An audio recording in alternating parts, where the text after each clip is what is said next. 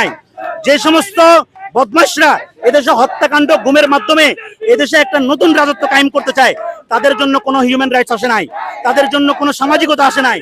ওদেরকে ক্রস মেরে দিয়ে মানুষের সামনে হত্যা করতে হবে, যেভাবে আরেকটা ভাইকে হত্যা করছে। এমন একটা দল, আপনি চিন্তা করতে পারেন, তার দলের কাছে নিরাপদ না। আমি এমন একটা দল করি, আমি এমন একটা দলের আইডিওলজি নিয়ে চলাফেরা করি, সেই দলের চেয়ারম্যান, সেই দলের হচ্ছে যে কর্মীদের কাছে, সেই দলের হচ্ছে নেতার কাছে আমার জীবন নিরাপদ না। আপনি এমন দল করেন যেই দলের লোক আপনার কাছে চাঁদাবাজি যাচ্ছে। আমি ওই সমস্ত দলকে ঘৃণা করি যারা তারা নিজের দলের সদস্যদেরকে রেসপেক্ট করতে পারে না এবং হচ্ছে নিরাপদ দিতে পারে না। তারা দেশের জন্য তো বড় হুমকি স্বরূপ, তারা অন্য অন্য দলের জন্য হুমকি স্বরূপ। তারা কালকের হত্যাকাণ্ডের মাধ্যমে বাংলাদেশে নতুন ফেসিবাদের জানান দিয়ে দিচ্ছে। এই হত্যাকাণ্ড আয়ামে জাহিলিয়াতকে পর্যন্ত ইয়ে করে। আপনি এমন একটা হত্যাকাণ্ড করা হয়েছে যেখানে মানুষটা সে মারা গেছে, তবুও তাকে পাথর দিয়ে 30-40 পাথর দিয়ে তাকে আবার হত্যা নিশ্চিত করতেছে। এটা আওয়ামী লীগের চেয়ে জঘন্য, যার বুকের উপর দাঁড়িয়ে সে লাফালাফি করতেছে, উল্লাস করতেছে। ওই সমস্ত দলের লোকরা আপনারা সাবধান হয়ে যান। বাংলাদেশের ছাত্র সমাজ, বাংলাদেশের অন্য অন্য পলিটিক্যাল দলগুলা 1 মিনিটও থামায় থাকবে না, আপনাদের বদমাশি বরদাস্ত করবে না। আপনাদের বদমাশির হিসাব আপনাদেরকে পায়ে পায়ে দিতে হবে।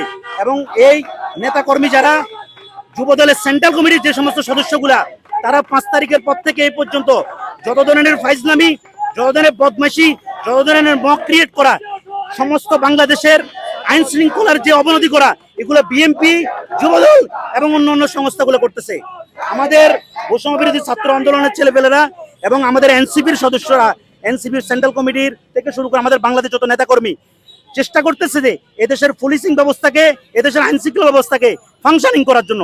কিন্তু এই আইন শৃঙ্খলা বাহিনীকে বিভিন্ন ধরনের প্রবলেম ক্রিয়েট করতেছে বিএনপি, এই মৌলবাদ, এই বিভিন্ন ধরনের দোসররা, যারা মৌলবাদের ট্যাগ দিয়ে বিভিন্ন লোককে নিজেরা গুম খুন হত্যা করে আওয়ামী লীগের মতো নতুনভাবে বাংলাদেশের ফেসিবাদ কায়েম করতে চায়।